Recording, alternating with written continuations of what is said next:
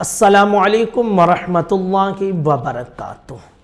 جمعہ کی نماز ادا کرنے کے بعد جب میں اپنے کمرے میں داخل ہوا تو 5 وقتہ ہمارے ساتھ نماز پڑھنے والے ایک ساتھی ایک صاحب کو لے کر ہمارے کمرے میں داخل ہوئے اور سلام کیا، سلام کا جواب ہوا۔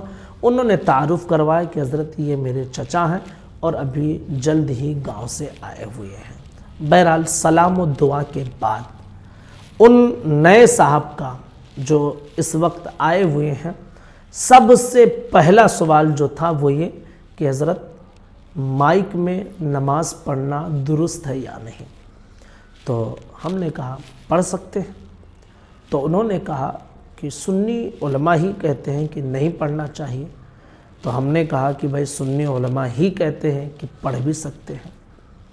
تو وہ خاموش ہو کر میرا منہ دیکھتے رہے۔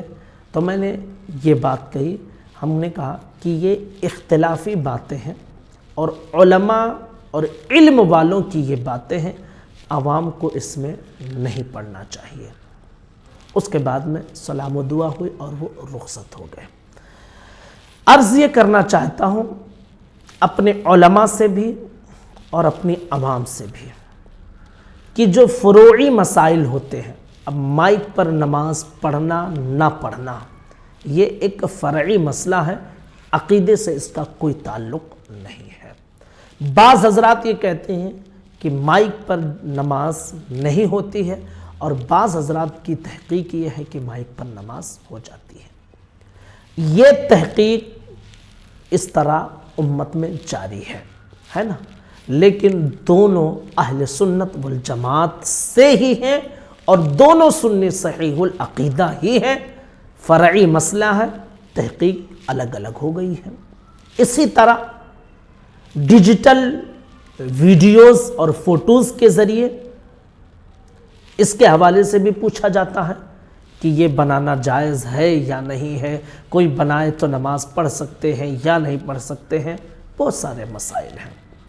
علماء ہمارے کیا کرتے ہیں کہ ان فرعی مسئلوں کو پتہ نہیں کس ضرورت کی بنیاد پر عوام کے کان میں گھسیڑنے کی کوشش کرتے ہیں، کسی عالم کو بدظن کرنے کی کوشش کرتے ہیں، کسی عالم کی توہین کرنے کی کوشش کرتے ہیں، کسی عالم کے ساتھ بدسلوکی کرنے کی کوشش کرتے ہیں، اور عوام بھی ایسے جاہلوں کے باتوں میں آ جاتے ہیں اور علماء کو گالیاں دینا شروع کر دیتے ہیں۔ یار فرعی مسئلے ہیں یہ، اور دونوں کی تحقیقیں ہیں، اپنی اپنی دلیلیں ہیں، اور دونوں کی تحقیقیں ہمارے سروں پر ہیں، دونوں کی تحقیقیں قابل تقلید ہیں۔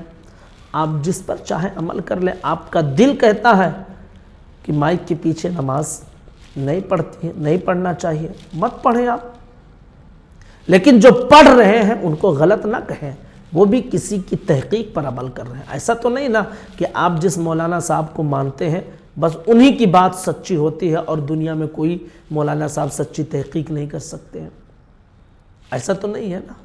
تو پھر اختلافی باتیں علماء عوام میں کیوں ڈھکیلنے کی کوشش کرتے ہیں اور کیا پیغام دینا چاہتے ہیں، اور عوام ایسی باتوں کے پیچھے کیوں پڑ جاتی ہیں، کیوں پڑ جاتے ہیں ایسی باتوں کے پیچھے؟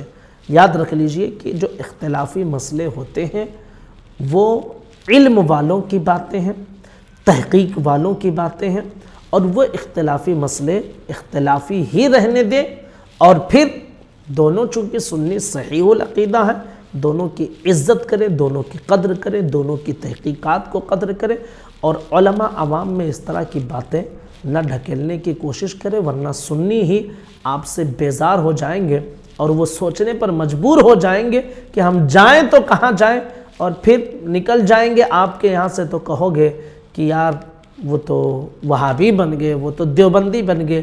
انہی سب خرافاتوں کی وجہ سے بنتے ہیں۔